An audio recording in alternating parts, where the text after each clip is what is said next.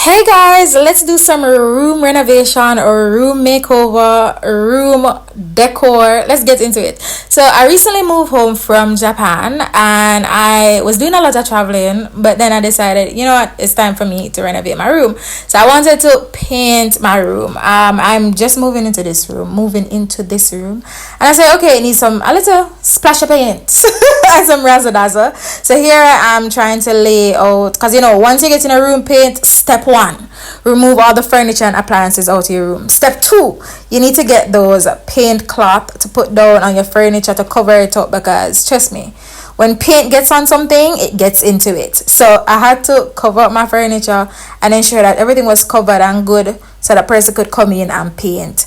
The bed was too big to move out of the room, so I said, okay, then let me just protect it and cover it and then get to going. The painter did try to play with me, but I talk about it in a longer video on my YouTube channel, so you can check out that video.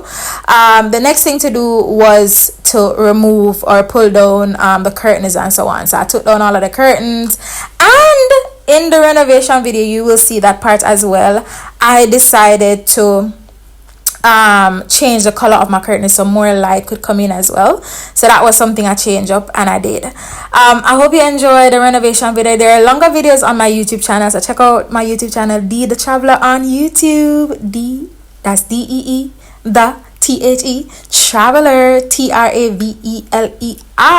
on YouTube, and then you can catch the full videos. How much do you think it costs to paint a room in Jamaica? Guess, you can drop your guess in the comments. But the painter tried to play with me, but I'm not the one nor the two. So anyways, I hope you enjoyed the video and you will see the end results. Bye.